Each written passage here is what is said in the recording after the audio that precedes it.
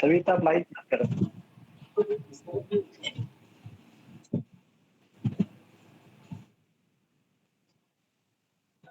सविता कर दे। सविता माइक बंद करो, मेरी आवाज नहीं आ रही क्या?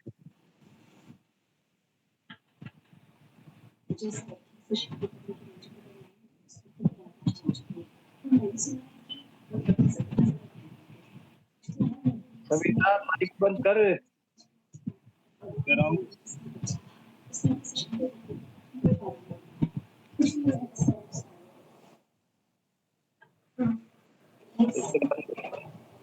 सविता शर्मा जोधपुर, माइक बंद करो।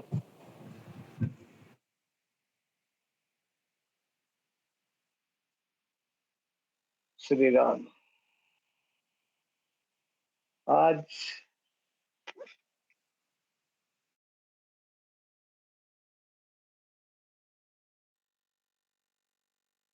हम बात करेंगे सूक्ष्म शरीर के बारे में। पिछली बार ये अभी रिवीजन चल रहा है, किशोर कुमार बोला कि भाई एक बार वापस इसको रिवीजन कर दो, तो मैं रिवीजन ही कर रहा हूँ, सुनो। सूक्ष्म शरीर, सूक्ष्म शरीर का नाम आते ही हमारे शरीर, हमारे को ये याद रखना चाहिए कि हमारे शरीर है कितने। हमारे शरीर 6 है।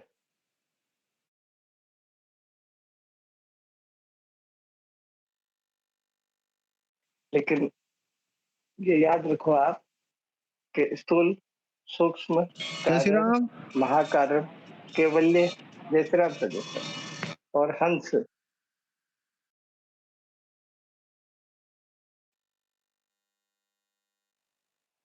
स्थूल शरीर, सूक्ष्म शरीर, कारण शरीर, महाकारण शरीर, केवल्य शरीर और हंस शरीर। आज जिस विषय में हम बात करेंगे वो है सूक्ष्म शरीर। सूक्ष्म शरीर हमारे वेद शास्त्रों के अंदर, उपनिषदों के अंदर कई कई 17 तत्वों का है और कई 18 तत्वों का है। तो ये मैं बता देता हूँ सूक्ष्म शरीर किस चीजों से बनता है। 5 ज्ञानेन्द्रिय, 5 कर्मेंद्रिय, 5 प्राण, मन और बुद्धि, ये 17 तत्व। लेकिन कई कई इसको 18 तत्व भी बताए, जैसे 5 ज्ञानेन्द्रिय, 5 कर्मेंद्रिय, प्रणाम गुरुदेव। जय सिया राम। प्रणाम गुरुदेव। 5 ज्ञानेन्द्रिय, 5 प्राण, जैसे 5 प्राण, मन, बुद्धि और अहंकार। जय श्री इस राम प्रकार गुरुदेव। से कई कई 17 तत्व का है और कई 18 तत्व का है। जय श्री राम लेकिन गुरुदेव। हमें को मोस्टली ये देखना है कि 17 तत्वों का ये जो बना हुआ है हमारा सूक्ष्म शरीर, जिन जिन चीजों का को हम पकड़ नहीं सकते वो सूक्ष्म शरीर के अंतर्गत आती है। मन पूरा एक सूक्ष्म, सूक्ष्म से सूक्ष्म एक एलिमेंट है, वो पूरे शरीर को कंट्रोल कर रखा। ये सूक्ष्म शरीर का राजा होता है मन। तो सूक्ष्म शरीर के बारे में हम बात करेंगे।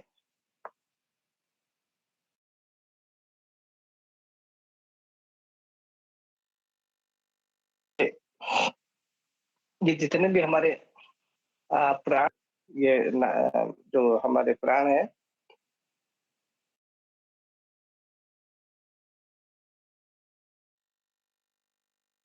प्राण और उपराण, और 5 ज्ञानेन्द्रिय है, 5 कर्मेंद्रिय है, मन, बुद्धि, हृदय। अब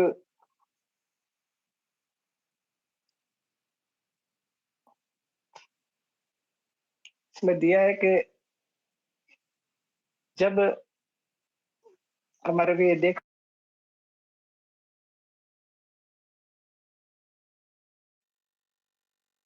चाहिए कि जब हम मृत्यु को प्राप्त होंगे, जिसको हम मृत्यु बोलते हैं, उस समय स्थूल शरीर डेड हो जाता है, मृत तुल्य मर जाता है, उसको जलाने योग्य हो जाता है, खत्म हो जाता है वो। लेकिन सूक्ष्म शरीर तब भी जिंदा रहता है।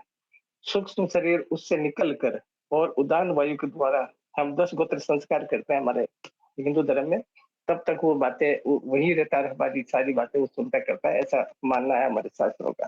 तो और अगली माँ के पेट में जब अगली योनि को प्राप्त होगा,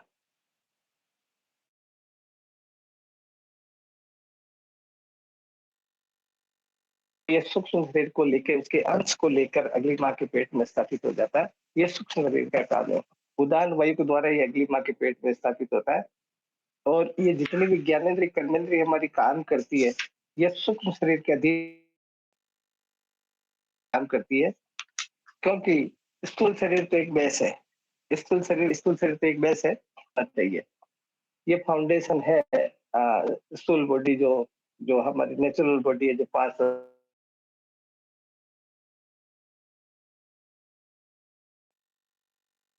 से बनी आकाश, वायु, अग्नि, जल, पृथ्वी, ये तो एक दिन जल जानी है, लेकिन सूक्ष्म शरीर कभी जलता नहीं है। अब प्रश्न ये होता है कि मैं आपको 4 शरीरों के बारे में बता दूं। स्थूल, ये जो दिख रहा है इसको स्थूल बोलते हैं। सूक्ष्म, ये जो मैंने बताया अभी 17 तत्वों का, ये तो सूक्ष्म शरीर है। कारण शरीर, इस शरीर के अंदर आत्मा है, लेकिन अज्ञान का आवरण प्रणाम आने से वो गुरुदेव, आत्मा प्रणाम अपने आप को जीव समझने लग गया, और जीव गुरुदेव, समझने के प्रणाम साथ ही वो जीव, जैसे रख गुरुदेव। बार बार में आवाज कट रही जैसे है रख गुरुदेव आपकी। गुरुदेव आवाज कट रही है, बार बार में पॉज हो रहा है वीडियो। मेरे तो नेट आ रहा है कि आपके तो नहीं, आप सबके ही कट रही क्या आवाज? वही हाँ गुरुजी, बार बार हमारे में सबके पॉज कट हो रहा रही है है। गुरुदेव। मेरे भी हो रहा है। सबके हो रहा है आप गुरुदेव, सबके आप रुक रहे हो। हैं? आपसे बार बार पॉज हो रहा है गुरुदेव, रुक जाते हो। नहीं, मैं तो लगातार ही बोल रहा हूँ, मेरा नेट भी सही आ रहा है। जो आ रहा है ना, प्रसारित हो रहा है, उसके ऊपर बड़ी है परेशानी। आप तो बोल रहे हो गुरुदेव, हाँ, लेकिन वो पूरी नहीं आ रही है। चलो मैं दोबारा बोल देता हूँ। हमारे शरीर 6 है। मैं ये बता रहा था कि हमारे शरीर 6 है: स्थूल, सूक्ष्म, कारण, महाकारण, केवल्य और हंस। स्थूल शरीर जो 5 तत्वों से बना, ये सामने जो एक दिन इसको मर जाना है, हम जला के आ जाएंगे या गाड़ के आ जाएंगे, जैसे भी है। सूक्ष्म शरीर 17 तत्वों का बना है: 5 ज्ञानेंद्रिय, 5 कर्मेंद्रिय, 5 प्राण और मन और बुद्धि, ये 17 तत्वों का। कारण शरीर,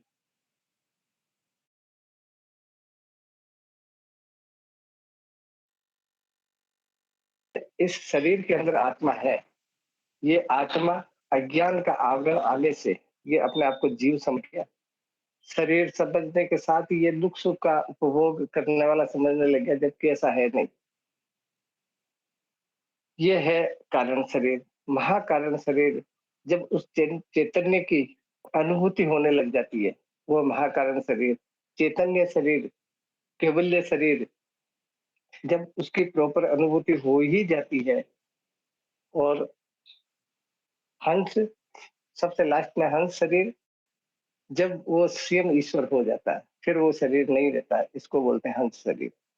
ये है इन 6 शरीरों की वर्गीकरण। अब ये 6 शरीर, हम ये फाउंडेशन है। स्थूल शरीर है जो फाउंडेशन है, क्योंकि सूक्ष्म शरीर इसी में काम करता है। सूक्ष्म शरीर इसी के अंतर्गत सूक्ष्म रूप से काम करता है, और ये एक बेस है स्थूल शरीर। और कारण शरीर, जब हम अ, पैदा होते हैं माँ के गर्भ से, तब से ही अपने आप को हम रामलाल, श्यामलाल इत्यादि समझने लग जाते हैं, और वो समझने के बाद हम दुख सुख का उपभोग करने वाले भी समझने लग जाते हैं, मरने जीने वाला भी समझने लग जाते हैं।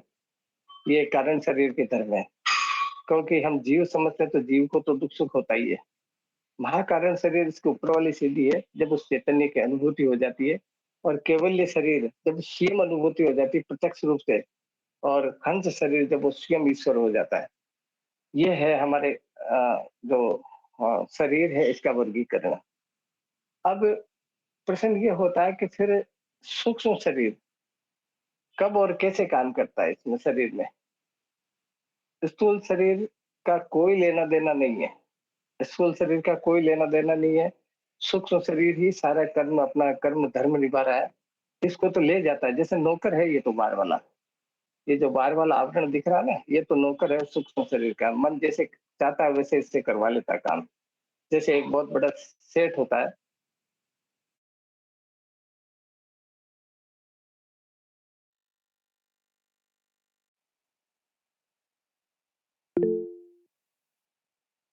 और उसके कोई नौकर होता है, तो नौकर का धर्म होता है उसके आदेश की पालना करना। ऐसे ही मन इस शरीर का राजा है, तो उस राजा का कहना मानना इसका धर्म है। हाँ बोलो। गुरुदेव, हाँ बोलो, किशन बोला। आपकी आवाज कट रही है, आपकी आवाज कट रही है, प्लस आपकी बोलो। पिक्चर वीडियो रुक रही पॉज हो रहा है, पिक्चर वीडियो रुक बाद रही है। में पॉज हो रहा है, रुक रहा है आपका वीडियो गुरुजी। अब वो कैसे रुक रहा है ये तो मुझे नहीं पता, मैं तो लगातार बोल रहा हूँ। ये आपके कोई खिड़की खोलो, आप चारों तरफ से बंद कर रखा होगा आपने। नहीं नहीं, वो तो नेटवर्क वाईफाई है, हाँ, तो अंदर वाईफाई लग है, रहा है कमरे वाईफाई। में ही है। हाँ, हाँ, तो कोई नेटवर्क में प्रॉब्लम आ रही है। नहीं वाईफाई तो अपने कमरे में ही है।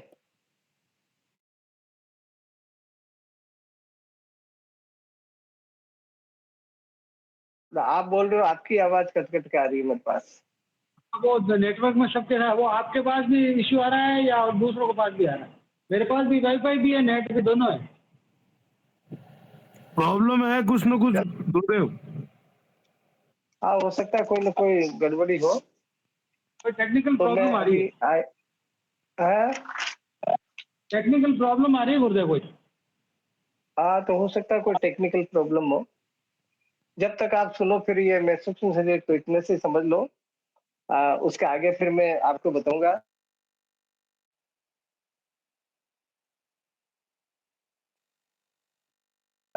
सूक्ष्म शरीर के आगे जो स्वर बदलने की क्रिया और कुछ प्रश्न आए लोगों के, उसके बारे में समझ लीजिए। जोधपुर से एक ओम भारती जी महाराज है, उन्होंने ये पूछा था कि ये क्या राधा स्वामी जो पंथ है, ये कौन सा पंथ है? अभी वो शायद इससे जुड़े हुए हैं। एक्चुअल में राधा स्वामी नाम का कोई संप्रदाय या पंथ नहीं है, ये एक प्रथा है। जो राधा स्वामी मत के संस्थापक थे परम पूज्य पूर्ण धनी हजूर स्वामी शिवदयाल जी, वो एक सेठ थे पंजाब के, और उन्होंने 24 अगस्त 1818 में यूपी के आगरा स्थित पन्नी गली में इनका जन्म हुआ। और ये शब्द योग के बहुत बड़े विद्वान थे धन्नी साहिब। और ये जो वर्षों से अभ्यास आधार पर 15 फरवरी 1961 1861 को उन्होंने राधा स्वामी जो मत है इसकी स्थापना करी और सत्संग शुरू कर दी। और वर्तमान में जो इनके गुरु है, वर्तमान गुरु, वो गुरिंदर सिंह जी ढिल्लो है। ये है ओम भारती जी महाराज। अब अपने जो श्रोदे के लायक, तत्व सुदर्शन के लायक जो मुख्य प्रश्न है, वो जो पवन ने लिखे हैं, उसको सुनो आप। वो काम के हैं आपके। ये राधा स्वामी, ये तो कोई ये जानकारी के लिए काफी है। पवन ने पहला प्रश्न लिखा कि नाड़ियां कौन से शरीर के अंतर्गत आती है और नाड़ियां कौन चलाता है? नाड़ियां कौन से शरीर के अंतर्गत आती है? पहले तो ये समझिए कि नाड़ियां और नसें दोनों अलग अलग चीज है। जो नसें होती है वो हमारे को दिखती है, नाड़ियां दिखती नहीं है, अदृश्य है। नसें दृश्य रूप में अपना काम करती है, खून का आदान प्रदान करती है, इधर उधर ले जाती है। और नाड़ियां सूक्ष्म शरीर का की मित्र है। नसें स्थूल शरीर की मित्र है, नाड़ियां सूक्ष्म शरीर की मित्र है। अब इनको कौन चलाता है? इनको जो चलाने वाला है सूक्ष्म शरीर है, जो सूक्ष्म शरीर के बारे में मैंने अभी आपको बताया।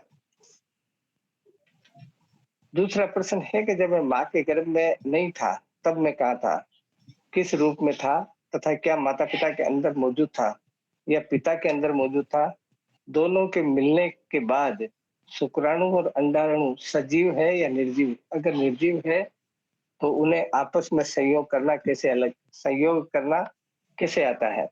और सजीव है तो इतने से कीटाणु में आत्मा कैसे होती है? दो आत्मा के संयोग से एक आत्मा जीव कैसे बनता है? भाई पहली बात तो यह है कि जब मैं गर्भ में नहीं था तो मैं कहाँ था? जब मैं गर्भ में नहीं था तो मैं अन्यत्र था। हम आत्मा सर्वत्र है। ये बिजली के तार है, बिजली के तारों में सदा करंट रहता है। लेकिन जब इसको जोड़ेंगे ना, न्यूट्रल और फेस को जब जोड़ेंगे बिजली तब उत्पन्न होती है, और नहीं जोड़ेंगे तब भी बिजली रहती है। बटन चालू मत करो, बटन चालू नहीं करोगे तो बिजली तो है, लेकिन क्योंकि हमने स्विच ऑन नहीं करा। ऐसे ही जब न्यूट्रल और फेस अलग अलग हो और दोनों को जोड़ेंगे तो विद्युत का प्रवाह होगा। और आत्मा एक ऊर्जा है, आत्मा कोई जीव नहीं है। दूसरी बात है कि मैं किस रूप में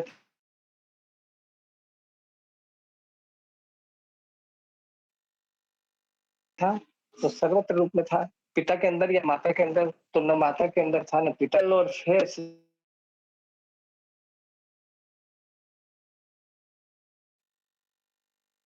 कभी विद्युत नहीं हो सकती, ना न्यूट्रल अकेला। और अगर ये निर्जीव है अंडाणु और शुक्राणु, तो उन्हें आपस में सहयोग करना कैसे आता है कि अंडाणु और शुक्राणु दोनों अगर मिलते हैं तो एक ऊर्जा का जन्म होता है, और उसी से वो उसमें जो एक पिंड बनता है माँ के गर्भ में, और वो पिंड में वो चैतन्य की अनुभूति होती है, जो सबसे पहले आकाश तत्व आता है। आत्मा आत्मा का काम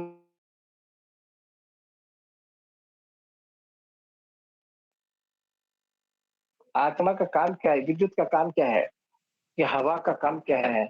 जैसे विद्युत का काम क्या है, लाइट जलाना। आत्मा का काम है चैतन्य की अनुभूति कराना। मैं संभावना है कि जिसे मुक्ति कहते हैं, मुक्ति होना तो बहुत बड़ी बात है। मुक्ति होना तो है शरीर से मुक्त हो जाना, उसके पहले उसके नीचे वाली सीढ़ी है मोक्ष। मुक्ति होना तो इससे अलग हो जाना है, यानी इस लाइट को पावर हाउस से काट देना है। जो उस पावर हाउस में ये समाहित हो जाए लाइट, वो होती है मुक्ति। और मोक्ष होता है कि इसके अस्तित्व को जान लेना। तो आत्मा का काम क्या है? आत्मा का कोई काम नहीं है, आत्मा तो चैतन्य है, अजर अमर अविनाशी है। ईश्वर का क्या काम हो सकता है? ईश्वर का तो सब पूरे ब्रह्मांड को संभालना काम है। आत्मा इस पूरे शरीर को में चैतन्यता जगाना आत्मा का काम है। अगर किसी की याददाश्त चली जाए या फिर कोमा में चले जाए, तो फिर जन्म होगा या किसी और दुनिया में भटकेगा। अगर कोई व्यक्ति कोमा में चला जाए या बेहोश हो जाए, उसको होश नहीं रहता है, तो ये मानिए कि इस विद्युत के अंदर, में विद्युत के उदाहरण देके बता रहा हूँ कि अगर ये बल्ब जल रहा है, ये ट्यूबलाइट जल रही है इधर, ये अगर फ्यूज हो जाए, इसी को हम कोमा कहेंगे। ये फ्यूज हो जाए तो क्या इसमें विद्युत नहीं आ रही? क्या विद्युत तो आ रही है इसमें, लेकिन वो खुद फ्यूज है। यानी हमारे शरीर में आत्मा तो है, अगर कोमा में चले जाएंगे तो भी, बेहोश हो जाएंगे तो भी आत्मा तो है। लेकिन क्योंकि वो इस वाले हिस्से में, ये आकाश का हिस्सा है, इसमें अपनी प्रतिपूर्ति नहीं कर पाता है, बाकी शरीर को प्रॉपर मेंटेन कर रहा है। लेकिन जो मन बुद्धि वगैरह है, ये इनमें उसका लेस अंश मात्र सहयोग है। बाकी पूरे शरीर को वो देखभाल कर रहा है, पूरे शरीर में चैतन्य की अनुभूति करा रहा है। कारण शरीर का क्या काम है, और ध्वनि कैसे शरीर का हिस्सा है? ध्वनि कौन सा शरीर का हिस्सा? कारण शरीर का काम ये है। कारण शरीर, हम अपने आप को जीव समझने लग जाते हैं, और जीव समझते हैं तब हम आ, अपने आप को सुख दुख भोगने वाला समझ जाते हैं। सुख दुख भोगने वाला समझने के बाद हम अपने आप को जिंदा, जीवित और पैदा होना, मरने वाला समझने लग जाते हैं। ये कारण शरीर का काम है। कारण शरीर में अविद्या का आवरण रहता है आत्मा के ऊपर, इसीलिए हम अपने आप को जीव समझने लग जाते हैं, किसी जाति का समझने लग जाते हैं, किसी परिवार का समझने लग जाते हैं। इस प्रकार से ये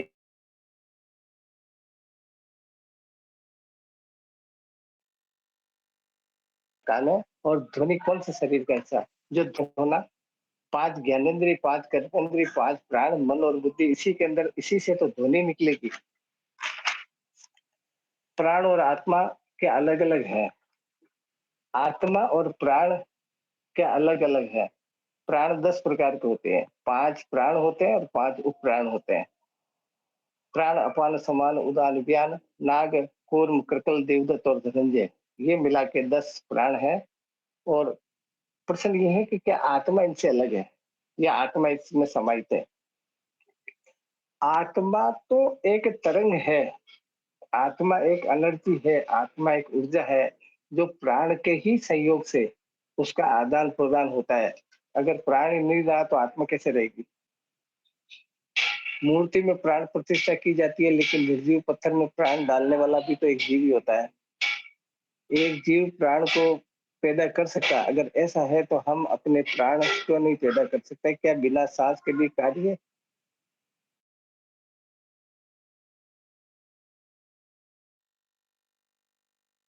कार्य कर सकता है तो फिर प्राण और सांस तो अलग अलग हो गए।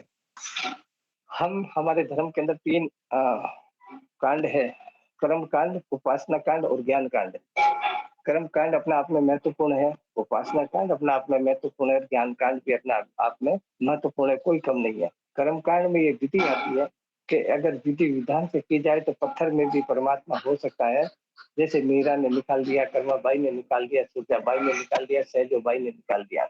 उन्होंने तो कोई मंत्र नहीं पढ़े ना, ये भक्ति योग के अंतर्गत आता है।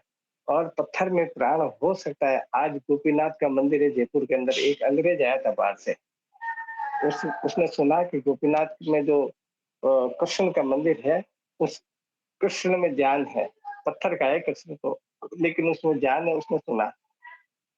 तो उसने एक स्पेशल घड़ी बनवा के लाया इंग्लैंड से और उस कृष्ण के बांध दी। कभी आप जयपुर जाओ तो देखना, वो घड़ी पल्स से चलती है, नाड़ी से चलती है।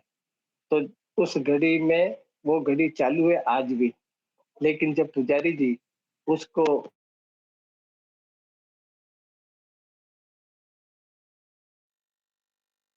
श्रृंगार करते हैं भगवान गोपीनाथ का, तो जब घड़ी खोलते हैं तो बंद हो जाती है। मूर्ति में प्राण प्रतिष्ठा करते हैं कर्मकांड के माध्यम से। अगर कोई प्रॉपर तरीके से करने वाला पंडित हो तो आज भी ये संभव है कि उस पत्थर में प्राण डाले जा सकते हैं। मैंने बताया ना, ये एक एनर्जी है।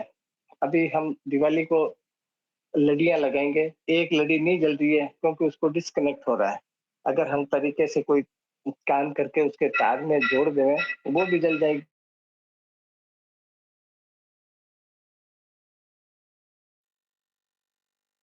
ऐसे ही पत्थर में प्राण डाले जा सकते हैं अगर प्रॉपर तरीके, लेकिन वो विद्वान होता है। क्योंकि कोई भी पंडित अपने आप को बड़ा समृद्ध मानता है, उसका ज्ञाता मानता है, चाहे वेदों का हो, चाहे उपनिषदों का हो, चाहे कर्मकांड का हो, किसी का भी हो, इसीलिए वो करता है। और सवाल ये है कि क्या एक जीव प्राण को पैदा कर सकता है? प्राण को पैदा नहीं किया जा सकता। प्राण तो सर्वत्र है, प्राण को पैदा नहीं किया जा सकता।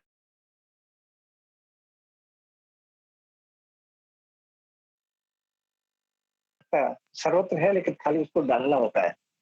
अगर ऐसा है तो हम अपने प्राण तो अपने में तो है ही ना, प्राण फिर डालना क्या है? अपने में तो प्राण है ही। क्या बिना सांस के भी प्राण कार्य करता है? बिना श्वास के प्राण किसी भी सूरत में कार्य नहीं कर सकता। प्राण की वजह से तो, श्वास की वजह से ही तो प्राण काम कर रहा है। और अगर कार्य कर सकता तो फिर प्राण और श्वास तो अलग अलग हो गए। प्राण और श्वास अलग अलग कैसे हो गए? एक दूसरे के परिपूरक है। इस शरीर के अंदर, मानव शरीर जो प्रकृति ने बनाया, कोई भी चीज इंडिविजुअल नहीं है, सब एक दूसरे की परिपूरक है। वो उसका परिपूरक है, वो उसका परिपूरक है, उसका उसके बिना काम नहीं चलता, उसका उसके बिना काम नहीं चलता। इस प्रकार से ये जो काम करता है, ये जो हमारा जो अंदर का जो सिस्टम है, सूक्ष्म शरीर का सिस्टम। अब ये तो हुई उसकी पवन की बात। पवन, अगर इसमें कोई शंका हो तो आप पूछो, या और किसी को कोई प्रश्न है तो पूछो। आज आवाज कट कट के आ रही, तो आज इसको कहीं यही विराम देते हैं क्लास को। आपके पास कोई अगर प्रश्न हो तो पूछिए आप। निवेदन है मालिक। हाँ, आपने सब कुछ बताया, कर्मेंद्रिय और ज्ञान की उत्पत्ति बताई है। हाँ, यानी नाड़ी और तत्व से कर्मेंद्रिय और ज्ञानेंद्रिय कैसे बनती हैं, इस पे प्रकाश डालिए। किस पे? नाड़ियों से? हाँ, कर्मेंद्रिय और ज्ञानेंद्रिय कैसे बनती हैं? कर्मेंद्रिय और ज्ञानेंद्रिय कैसे बनती है? देखिए, जब माँ के पेट में जब पिंड रहता है, 2 महीने तक, 2 माह तक, मेडिकल साइंस का ये मानना है, आयुर्वेद का ये मानना है कि 2 महीने तक वो पिंड रहता है। कुछ भी नहीं रहता उसमें, खाली एक पिंड रहता है। फिर धीरे धीरे क्रमशः आकाश, वो क्या कहते हैं उसको, पृथ्वी तत्व में हड्डियों का अस्तित्व बनने लग जाता है। पृथ्वी तत्व बनेगा, फिर जल तत्व, उसमें थोड़ा जलीय मिश्रण होता है। ऐसे फिर वायु तत्व हलन चलन, आपने देखा होगा, लेडीज ज्यादा जानती है इस मामले में, फिर वो हिलने लग जाता है पेट के अंदर। वायु तत्व, फिर अग्नि तत्व, फिर उसको अंदर ही अंदर गुस्सा आता है अंदर कि मैं क्यों इस गंदगी में पड़ गया, और फिर अंत में आकाश तत्व का निर्माण उसमें प्रवेश होता है। जब ये पांचों तत्व उसमें प्रविष्ट हो जाते हैं तो ज्ञानेन्द्रिय सबसे पहले कर्मेंद्रिय बनना शुरू होती है। कर्मेंद्रिय अगर बनेगी तो कर्मेंद्रियों की सहयोगी है ज्ञानेन्द्रिय, फिर ज्ञानेन्द्रिय बनना शुरू हो जाएगी। ज्ञानेन्द्रिय कहते हैं जिससे ज्ञान होता है, और फिर वो अपने परमपिता परमात्मा का स्मरण करता है, सोहम हम सोहम हूँ। तो ज्ञानेन्द्रिय होती तभी तो परमात्मा को स्मरण करता है ना। जी, मगर मालिक जैसे थोड़ा विस्तार से बताना कि कैसे कोई कर्मेंद्री बनती है। एक कर्मेंद्री का आवाज और मेरी आवाज भी आप लोगों को नहीं आ रही है? आप लोग जो पूछ रहे हो वो भी कट कट के आ रही है मेरे पास।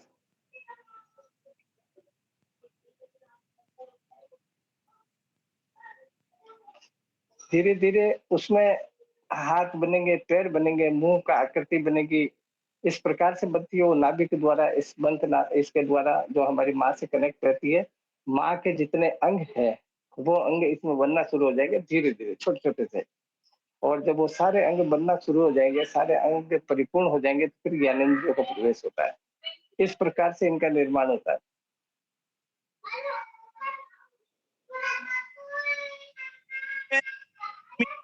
प्राण की है, आत्मा की है, नाड़ियों की है, तत्व की है, सूक्ष्म शरीर की है, या महाकारण शरीर की है? क्या कोई भी कर्मेंद्री या ज्ञानेंद्री बनेगी तो जीव उसकी अनुभूति करता है, आत्मा उसकी अनुभूति करती है, या देश के आधार पर का विकास होगा? कैसे आपकी आवाज कट कट के आ रही है, मेरे समझ में नहीं आ रही आप क्या पूछना चाह रहे हो। कर्मेंद्रियां या ज्ञानेंद्रियां जो भी बनती हैं उसका मूल आधार है, सूक्ष्म शरीर मूल है, आधार कारण शरीर है। कारण शरीर और महाकारण शरीर तो छोड़ दीजिए, ये तो हम पैदा होने के बाद से होते हैं। सबसे पहले स्थूल और सूक्ष्म शरीर का निर्माण होता है अंदर माँ के पेट में। कारण तो हम यहाँ इस धरती पर आएंगे जब बनता है, और महाकारण केवल हंस भी इसी धरती पर आने के बाद बनता है। मालिक, फिर कर्मेंद्रियां और ज्ञानेंद्रियां जो बन रही है वो सूक्ष्म शरीर के आधार पे बन रही है? सूक्ष्म शरीर के आधार पर, सूक्ष्म शरीर के संयोग से स्थूल शरीर में बनती है। एक और प्रश्न उठता है कि जब जीव मरता है हाँ तो वो मनुष्य रूप में सूक्ष्म शरीर में है, हाँ। वो अन्य योनि प्राप्त होता है तो फिर वो अपना शरीर क्यों बदल लेता है? पशु क्यों बन जाएगा वो तो कर्मों का, कर्मण्यवाधिकारस्तु मा फल कदाचन, गीता में लिखा, जैसा कर्म करोगे वैसा फल मिलेगा। वो जानवर बने या इंसान बने, वो तो कर्मों के ऊपर आधारित है। हाँ, मगर मालिक जैसे सूक्ष्म शरीर कहीं भी है तो सूक्ष्म शरीर अपनी इंद्रियां खुद बना रहा है। सूक्ष्म शरीर अकेला नहीं बना सकता है, सूक्ष्म शरीर स्थूल के संयोग से बनाता है। स्थूल से बनेगा। हाँ। जी, और किसी का कोई प्रश्न हो तो पूछो, नहीं तो यही विराम दे, क्योंकि आज पता नहीं आवाज क्यों कट कट के आ रही है। या तो कोई टेक्निकल फॉल्ट है या और कोई बात है। किसी का कोई प्रश्न हो तो पूछ लो।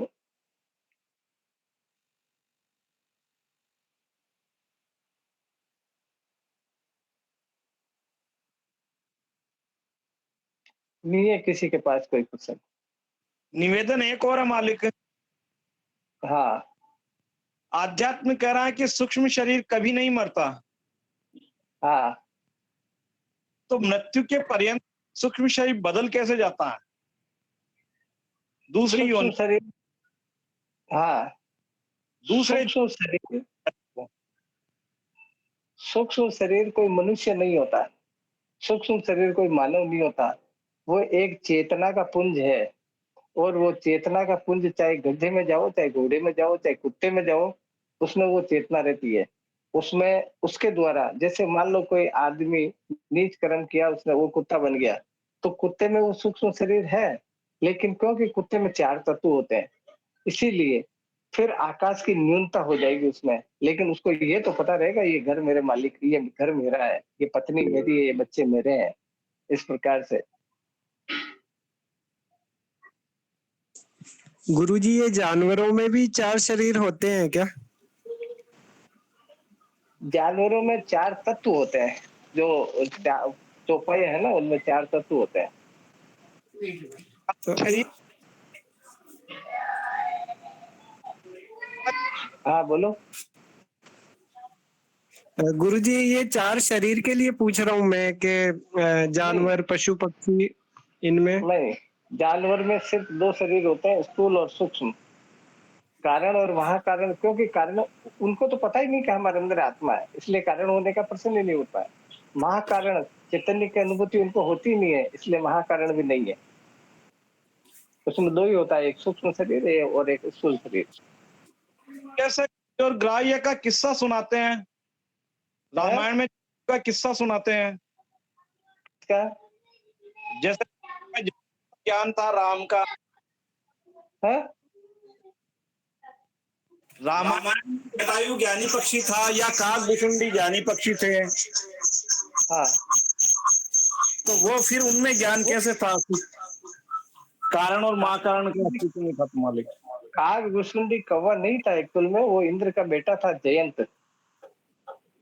इंद्र का बेटा था वो जयंत, और वो युग त्रेता था, वो युग द्वापर था, वो युग छत्रयुग था, अभी कलयुग है।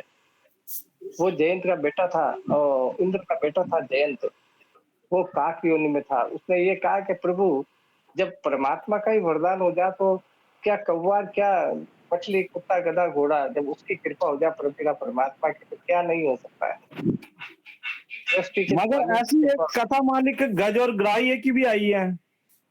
हाँ, तो वो देखो, ये युगांतर है, ये युगों का फर्क है। सतयुग में, त्रेता में, द्वापर में। आज कलयुग है, आज पुण्य का अंश नाम मात्र का है। सतयुग में जानवर बोलते थे, जानवर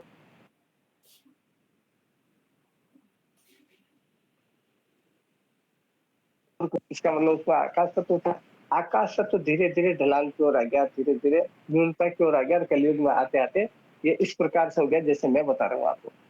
जी मालिक, यानी वास्तव में तो शरीर तो और भी जुड़ते हैं, मगर प्राकृतिक परिवर्तन के कारण ऐसा होता है युग के साथ। हाँ, प्राकृतिक परिवर्तन के कारण। क्योंकि हमारा भारतीय ज्योतिष कहता है अभी हमारी उम्र मान लो अप्रोक्सीमेटली 100 साल है। अभी कलयुग के अंत में होते होते तो 10-12 साल रह जाएगी ऊपर। 10-12 साल में पैदा भी होना है, शादी भी करनी है, बच्चे भी होने हैं, और फिर मरना भी है। 10 साल में इतना सारा होगा सारा काम। अभी 100 साल में हो रहा। हमारे पहले हजारों साल का जीवन होता था, उसके पहले लाखों साल का जीवन होता था। आज भी कुछ पक्षी ऐसे हैं ऐसे ही हमारे शरीर का प्रमाण घटते गया। अभी हम मैक्सिमम 7 फीट हाइट के हैं, द्वापर में 14 फीट के थे, 21 फीट के त्रेता में थे, और 28 फीट के उसमें थे सतयुग में। तो आयु भी घटती गई, और हाइट परिवर्तन भी होता गया हमारे शरीर के अंदर।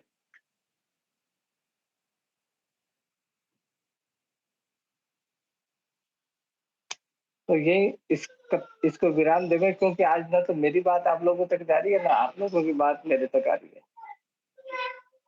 अगली बार देखेंगे, अगली बार पूछना जो कुछ भी पूछना है। हाँ जी मालिक, प्रणाम प्रणाम। प्रणाम गुरुदेव। जय श्री राम। प्रणाम गुरुदेव।